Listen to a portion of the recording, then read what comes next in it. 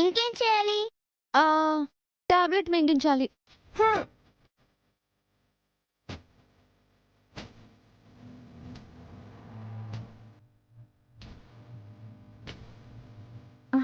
Thanks అను. Thanks అవ్వదు. మా డాడీతో పనులేం చేయించుకోకు. నీకేం కావాలన్నా నేను చేస్తాను. మా డాడీని ఇబ్బంది పెట్టావంటే నేను ఊరుకోను. పదండి వెళ్ళి నిద్రపోదాం. Good night daddy. Good good night. Night.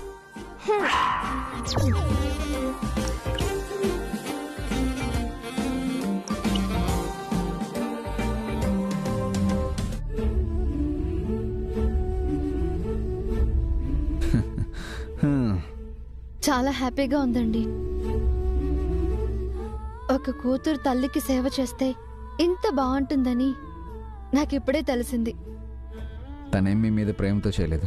తెలుసండి, మీపై తనకున్న ప్రేమ నాకు తన సేవలు చేసేలా చేసింది. ఏదో ఒక రోజు అదే ప్రేమ నాకు దక్కుతుంది. ఇక నుంచి మీకు అనునే సేవలు చేస్తానందిగా, ఆ వంకతో దగ్గరైపోండి. అందుకేనండి చిన్నపిల్లని కష్టపెట్టాను. తన చిట్టి చేతులు ఎంతలా అలసిపోయాయో పాపం. అమ్మపై అలిగిన ఆ కూతురికి ఆ మాత్రం పెయిన్ ఉండాలండి. లేదండి, నా కూతుర్ని నేను కష్టపడనివ్వను. రేపే ఈ కట్టు తీసేసి నా పనులు నేనే చేసుకుంటాను. అంటే మీ చేతిని కష్టపెడతారన్నమాట. హ్మ్. పనిష్మెంట్ ఉందని గుర్తుపెట్టుకోండి.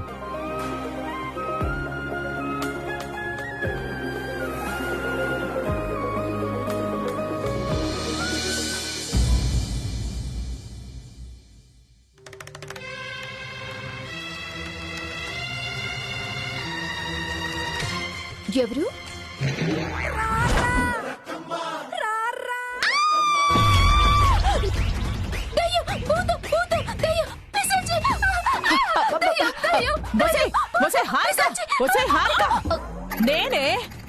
నేను చూడు,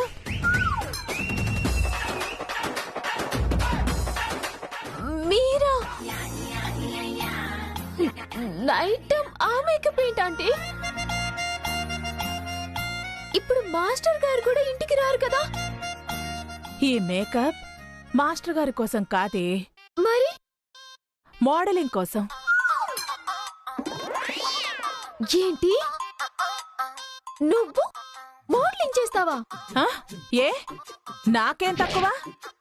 అట్టెట్ట ఉన్న నిన్నే మోడల్ని చేస్తానని ఆ మేనేజర్ అన్నాడంటే, అతిలోక సుందరిలా ఉన్న నన్ను మేకప్ లో చూశాడంటే ఏ మిస్ ఇండియానో మిస్ వరల్డ్ నో చేస్తానంటాడు. నేను నేను అట్ట అట్ట ఉన్నానా? మీరు అతిలోక సుందర్లా ఉన్నారా? ఆ, అంటే కాస్త బొద్దుగా పుష్టిగా ఉన్నాననుకో. అయితే ఏంటి, పొద్దున్నే యోగా, మధ్యాహ్నం జిమ్, సాయంత్రం స్కిప్పింగ్ చేశాను అంటే సన్నగా మెరుపు తీగలా అవుతాను. ఎక్సర్సైజులు చేస్తే స్లిమ్ అవుతారేమో సరే, ఏజ్ని ఎలా వెనక్కి తీసుకొస్తారు? నాకేం వయసు అయిపోయిందని కాస్త అటు ఇటుగా మీ ముగ్గురు తోడికోడళ్లలో ఒకర్లా ఉంటాను. అయినా బరువు తగ్గితే వయసు కూడా తగ్గుతుంది లేవే. ఆశ కూడా హద్దు ఉండాలి. ఈ ఏజ్ లో మోడలింగా? వెళ్ళండి, వెళ్ళండి. నీకు కుళ్ళే? కుళ్ళ? నా అంత అందంగా లేవని అసూయ. మోడలింగ్ లో ఎక్కడ నీకు నేను పోటీగా వస్తానేమోనని భయం.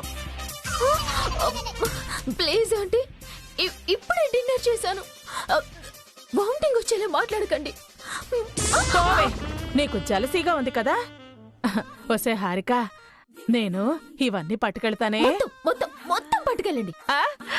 ఓకేనే, జరుగు. బాయ్. మోడలింగ్ అంటే గుర్తొచ్చింది, అఖిల్ వచ్చాక అడగాలి.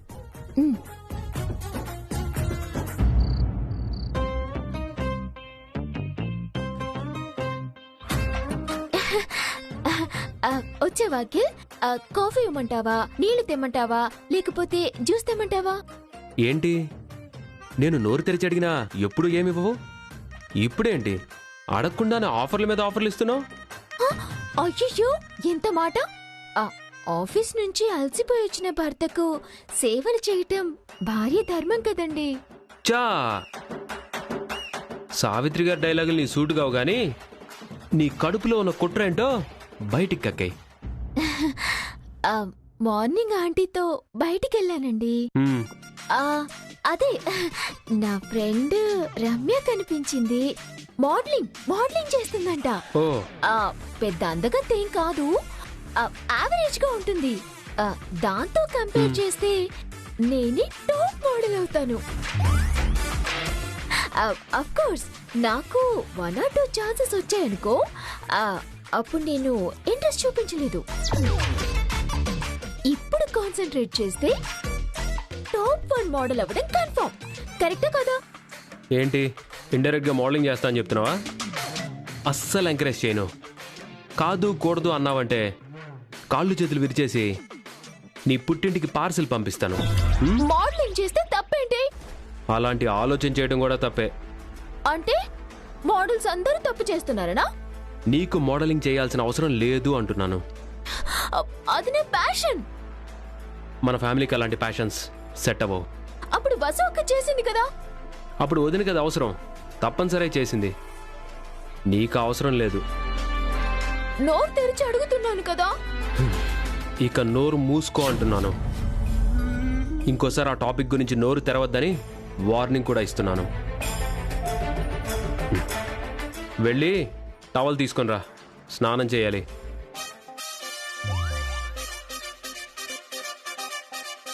ఏంటి చెప్తుంటే అర్థం కావట్లేదా? నీకు చేతులు కాళ్ళు ఉన్నాయి కదా, నువ్వే వెళ్ళి తెచ్చుకో. ఏంటే ఇందాకేమో అది కావాలా ఇది కావాలని బంపర్ ఆఫర్ ఇచ్చావు, ఇప్పుడు టవల్ అడిగితే ఇవ్వవా? ఇవ్వను. అంతేనే, మీరు చెప్పిందల్లా మేము వింటూ ఉంటే మా పనులన్నీ చేసి పెడతారు. మేం మీ మాట వినకపోతే మీరు మా మాట వినరు. అర్థమైందిగా, వెళ్ళు. అబ్బో, మేడం గారికి బాగా కోపం వచ్చినట్టుందిగా. But I don't care. నా టవల్ నేను తీసుకోగలను, నా స్నానం నేను చేయగలను.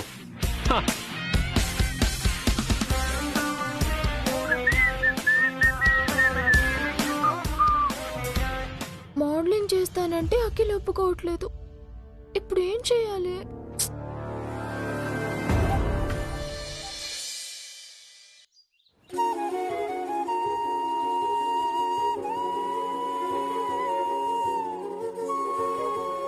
సి భరత్, అభిప్రాయాలు కలిస్తే ఫ్రెండ్స్ అవుతారు, మనసులు కలిస్తే లవర్స్ అవుతారు. లైఫ్ లాంగ్ కలిసి బతకగలం అన్న నమ్మకం వచ్చినప్పుడు పెళ్లి చేసుకుంటారు. అభిప్రాయ భేదాలు వచ్చి ఫ్రెండ్స్ విడిపోవచ్చు, మనస్పర్ధలు వచ్చి లవర్స్ విడిపోవచ్చు. కానీ లైఫ్ లాంగ్ కలిసి బతకాలని నిర్ణయించుకున్న తర్వాత దంపతులు విడిపోకూడదు. కలిసి ఉంటామన్న నమ్మకాన్ని చివరి వరకు నిలబెట్టుకోవాలి తప్ప విడాకులు తీసుకుని విడిగా బతుకుతామంటే ఎలా? చూడు భరత్, నువ్వు చెప్పేది నాకు అర్థమవుతుంది. ప్రతి మనిషిలోనూ మంచి చెడు ఉంటాయి. మంచిని తీసుకొని చెడును వదిలేయాలి. అప్పుడే ఆ మనిషితో లైఫ్ లాంగ్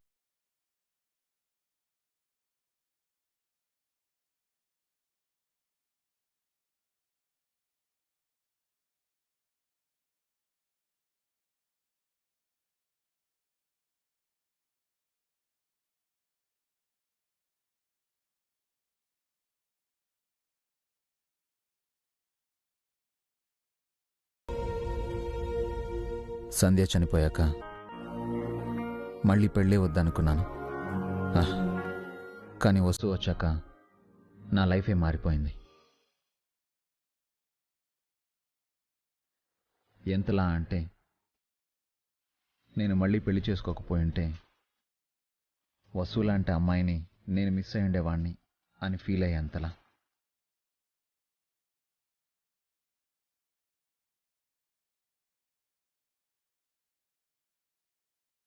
తన అద్భుతమైన గొప్ప వ్యక్తి అని నేను చెప్పను, కానీ నాకేం కావాలో తనకు తెలుసు. నా మనసు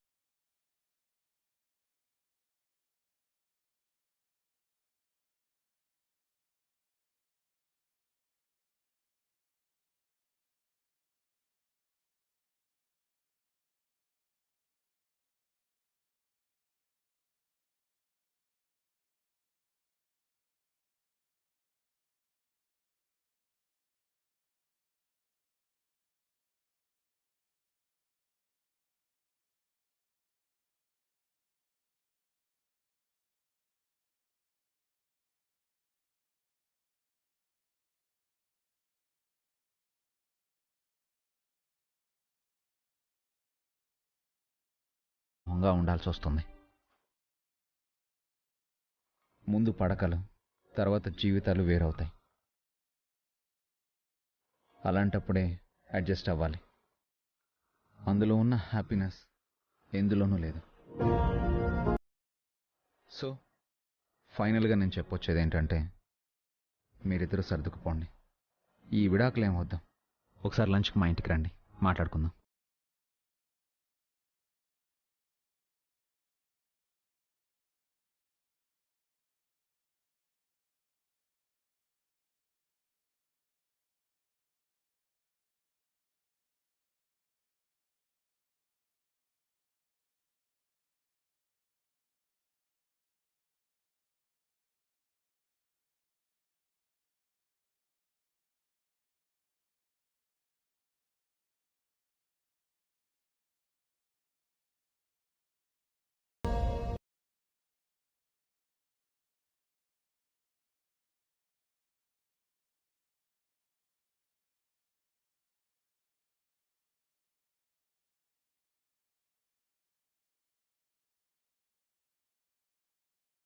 వినాలా ఏంటి? ఓ, చివర్లో వచ్చారా? అయినా మీ భార్య గురించి వేరే ఎవరికో ఎందుకు చెప్పాలి? తప్పేం మాట్లాడలేదు కదండి, మంచి విషయాలే కదా చెప్పింది. కొన్ని మనసులోనే ఉంచుకోవాలి, మరొకరితో పంచుకోకూడదు.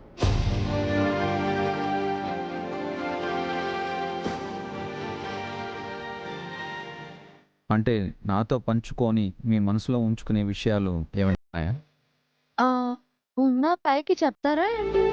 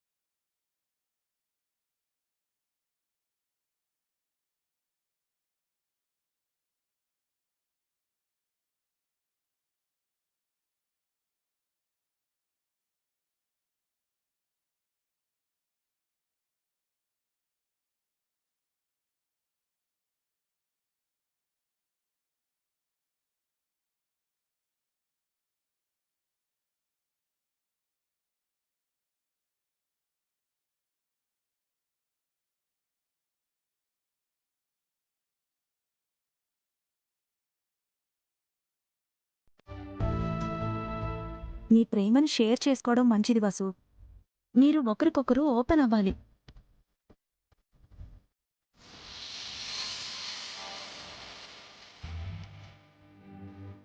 ప్రేమ విషయంలో మగవాళ్ళు అంత త్వరగా బయటపడరు. మాటల్లో ఏదీ చెప్పరు, చేతల ద్వారా ప్రేమను చూపిస్తారు. ప్రేమని చెప్పాల్సింది మనమే వసు.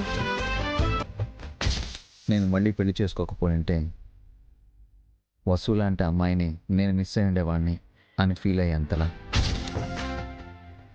నాకేం కావాలో తనకు తెలుసు. నా మనసేంటో కూడా తను అర్థం చేసుకుంటుంది. నన్ను నన్నులా ఉంచుతూ జతగా తోడుగా నేనున్నానని చెప్పకనే చెప్తుంది.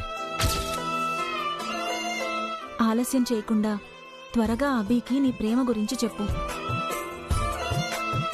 మీరు భార్యాభర్తల్లా కలిసిపోవాలి. అప్పుడే మీ మ్యారీడ్ లైఫ్ ఫుల్ఫిల్ అయినట్టు. చెప్తానక్క. ఎల్లుండి ఆయన బర్త్డే కదా, ఆ రోజే మంచి గిఫ్ట్ ఇచ్చి నా మనసులో మాట చెప్పేస్తాను. ఏంటి వసు, ఇంకా ఏం ఆలోచిస్తున్నా? నువ్వు చెప్పిన విషయం గురించి ఆలోచిస్తున్నానక్క. ఇంకేం ఆలోచించుకో, త్వరగా అభికి నీ మనసులో మాట చెప్పేశాయి.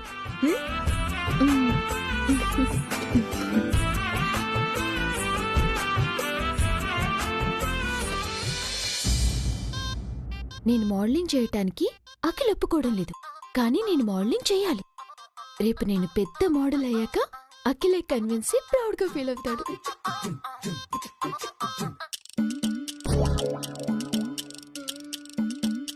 ఏంటి అంత సీరియస్ గా ఆలోచిస్తున్నా? నేనేం ఆలోచిస్తే మీకెందుకు ఆంటీ? అది కాదే, ఎక్కడికి రెడీ అవుతున్నావు? నేనెక్కడికి వెళ్తే మీకెందుకు ఆంటీ? ఏమైంది నీకు? నీ ప్లాన్ ఏంటో చెప్తే నేను హెల్ప్ చేస్తాను కదా. నా ప్రతి విషయం మీతో చెప్పాల్సిన అవసరం నాకు లేదు. మీ పని మీరు చూసుకోండి. నేను బయటికి వెళ్తున్నాను, మళ్ళీ ఎక్కడికి వెళ్తున్నావు అన్న నడకండి, నాకు కోపం వస్తుంది. దీనికి ఏదో దెయ్యం పట్టింది.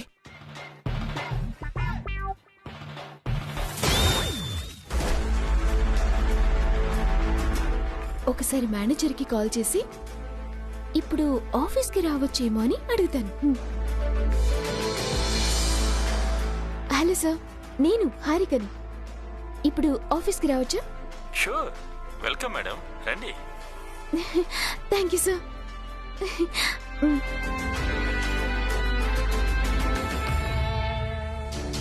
అత్తయ్యకి ఏమైనా అబద్ధం చెప్పి ఆఫీస్కి వెళ్ళొస్తాను.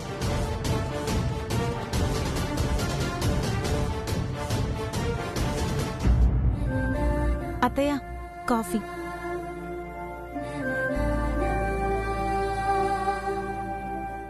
భాస్కర్ ఆఫీస్కి వెళ్ళాడా పావని? ఇందాకే ఆయన అఖిల్ వెళ్లారత్తయ్య. అభి టిఫిన్ తింటున్నాడు.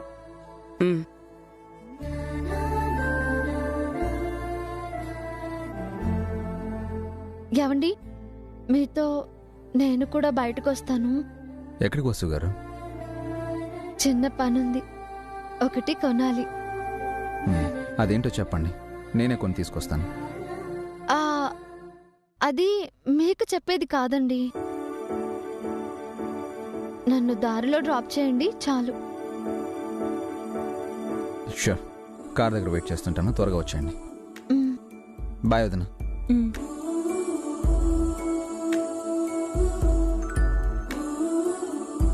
నువ్వేం కొనాలనుకుంటున్నావో నాకైనా చెప్తావా వసు? ఎల్లుండి అయినా పుట్టినరోజు కదక్కా,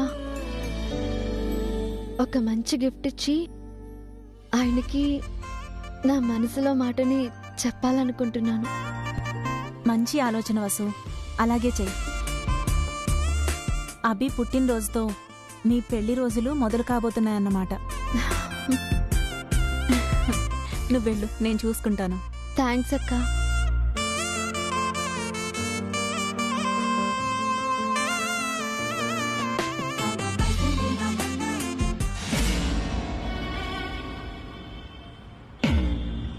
అత్తయ్య, ఏంటి హారిక, ఎక్కడికి బయలుదేరావమ్మా? అత్తయ్య, నేను ఏంటో చెప్పమ్మా. నేను మా పుట్టింటికి వెళ్ళొస్తాను. ఇప్పుడా? నైట్ మా మమ్మీ డాడీ కల్లోకి వచ్చారు. వాళ్ళని చూడాలనిపిస్తోంది. ఈవినింగ్ తిరిగి వచ్చేస్తాను. ఈ మాట ముందే చెప్పుంటే అఖిల్ని ఆఫీస్కి వెళ్లకుండా నీతో పంపించేదాని కదా. పర్వాలేదు అత్తయ్య, ఆయన ఎందుకు డిస్టర్బ్ చేయడం? క్యాబ్లో వెళ్ళి క్యాబ్లో వచ్చేస్తాను.